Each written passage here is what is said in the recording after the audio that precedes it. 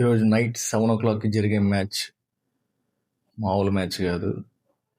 Very big match. ప్రపంచం అంతా ఎదురు చూసే match. India versus Pakistan match world cup. వెన్యూకి వస్తే ప్రేమదస స్టేడియం, శ్రీలంకలోని ప్రేమదస స్టేడియం. స్పిన్నర్స్కి బాగా కన్వీనియంట్గా ఉండే పిచ్ అది. సో ఈరోజు మ్యాచ్ ఎవరు గెలుస్తారు, ఎవరు ఆ ప్రెషర్ ఎలా ఉంటుంది చూడాలి, ఎలా ఉంటుందో చూడాలని వెయిటింగ్. అలాగే ఒక్క చిన్న మిస్టేక్ కూడా ఈరోజు మ్యాచ్ మొత్తాన్ని టర్న్ చేస్తుంది. సో చూద్దాం మ్యాచ్ అనాలిసిస్కి వస్తే ఒకసారి ఈ టోర్నమెంట్లో ఈ మ్యాచ్ చాలా ఇంపార్టెంట్. ఎలాగంటే పాయింట్స్ టేబుల్లో కూడా మనకి పుష్ అవ్వడానికి, పైకి వెళ్ళడానికి ఈచ్ టీమ్ కూడా చాలా ఇంపార్టెంట్ మ్యాచ్.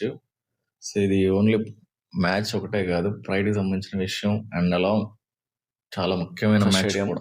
సో పిచ్కి వస్తే నీకు ఈ స్పిన్నర్స్కి బాగా కన్వీనియంట్గా ఉండే పిచ్ ఇది. మిడిల్ ఓవర్స్లో స్పిన్నర్స్ వస్తారు కాబట్టి వాళ్ళు కీ రోల్ ప్లే చేస్తారు. సో టాస్ అనేది కూడా ఇక్కడ వెరీ ఇంపార్టెంట్ ఫ్యాక్టర్. టాస్ ఎవరు గెలిచారనేది చాలా ఇంపార్టెంట్. ఎందుకంటే చేసింగ్ టీమ్కి కొంచెం బెనిఫిట్ ఉంటుంది, ఎందుకంటే డ్యూ ఫ్యాక్టర్ వస్తుంది కాబట్టి. సో పవర్ ప్లేలో ఎవరైతే బాగా ఆడతారో మొమెంటం వాళ్ళ వైపు షిఫ్ట్ అవుతుంది నాకు తెలిసి. మ్యాక్సిమం ఎవరైతే పవర్ ప్లేని ఎవరైతే బాగా యూటిలైజ్ చేసుకుంటారో మొమెంటం వాళ్ళ వైపు షిఫ్ట్ అవ్వడానికి మ్యాక్సిమం ఛాన్సెస్ ఉన్నాయి. సో ఇక్కడ ఇంట్రెస్టింగ్ విషయం ఏంటంటే Indian batters, Pakistan bowlers. Next Pakistan middle order batting, మన ఇండియన్ స్పిన్నర్స్. వీళ్ళ మధ్యలో మ్యాచ్ కొంచెం ఇంట్రెస్టింగ్ ఉండబోతుంది.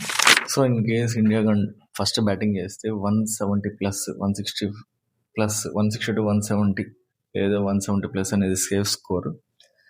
నెక్స్ట్ పవర్ ప్లేలో కూడా వికెట్స్ ఎక్కువ పడకుండా మ్యాక్సిమం తక్కువ వికెట్స్తో బ్యాటింగ్ చేయడం వెరీ ఇంపార్టెంట్ ఇండియాకి.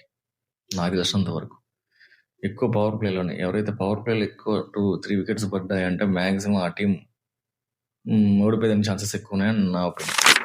So next India versus Pakistan match అంటే మెంటల్ ప్రెషర్ ఎక్కువ ఉంటుంది స్టేడియంలో. ఎక్కువ మ్యాక్సిమం 90% ఇండియా వైపే ఉంటారు. ఆడియన్స్ కూడా, వ్యూవర్స్ కూడా ఎక్కువ సపోర్ట్ వాళ్ళకే ఉంటుంది. సో మెంటల్ ప్రెషర్, ఆ మెంటల్ గేమ్ కూడా చాలా ఇంపార్టెంట్.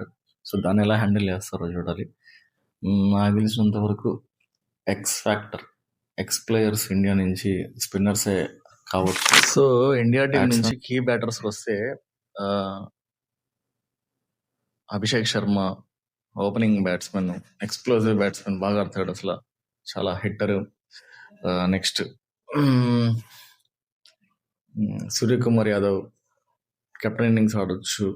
నెక్స్ట్ మిడిల్ ఆర్డర్కి వస్తే తిలక్ వర్మ అన్నాడు, చాలా బాగా ఆడతాడు, హిట్టరు, బాగా ఆడతాడు. నెక్స్ట్ ఇంకా డౌన్ ద లైన్ వస్తే రింకు సింగ్ ఉన్నాడు, బాగా ఫినిష్ చేస్తాడు, మ్యాచ్ కూడా ఫినిష్ చేసి. Kolkata night riders team, Kolkata night riders team చాలా బాగా ఆడతాడు, ఫినిషింగ్ చాలా బాగా చేస్తాడు మ్యాచ్ని. సో వీళ్ళు కీ బ్యాటర్స్ కానీ నేను అనుకుంటున్నాను. ఇషాన్ కిషన్ కూడా చాలా బాగా ఆడతాడు, left hand batsmen, hitter, opener, చాలా బాగా ఆడతాడు.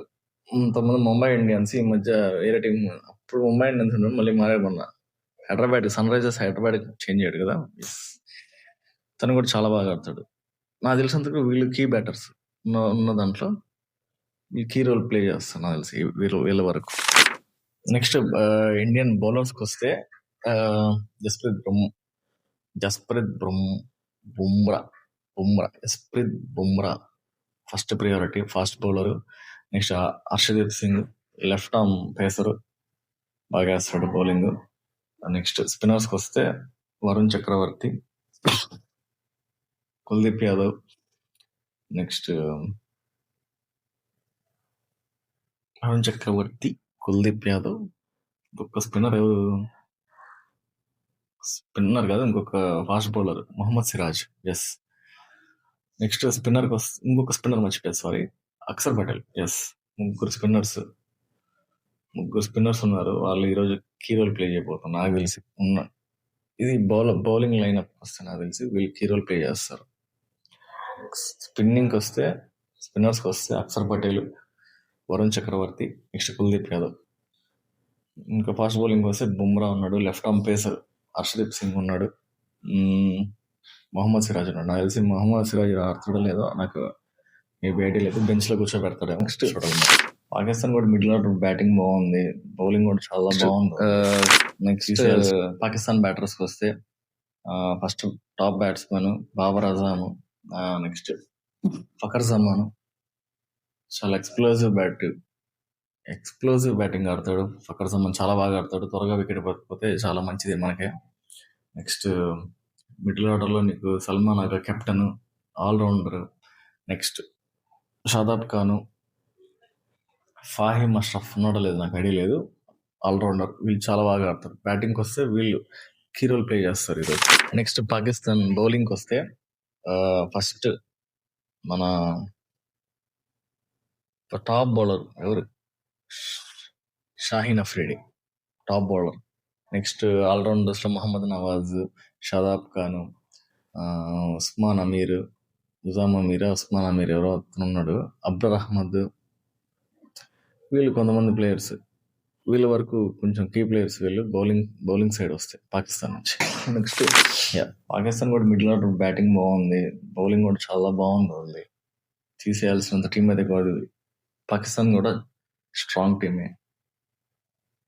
సో మ్యాక్సిమం నేనైతే 90% ఛాన్సెస్ ఇండియాకే ఫేవర్గా ఉంటుందని అనుకుంటున్నాను. ఆ 10% గేమ్ చేంజర్ చూడాలి ఎలా ఉంటుంది అటు ఇటు. So let's see.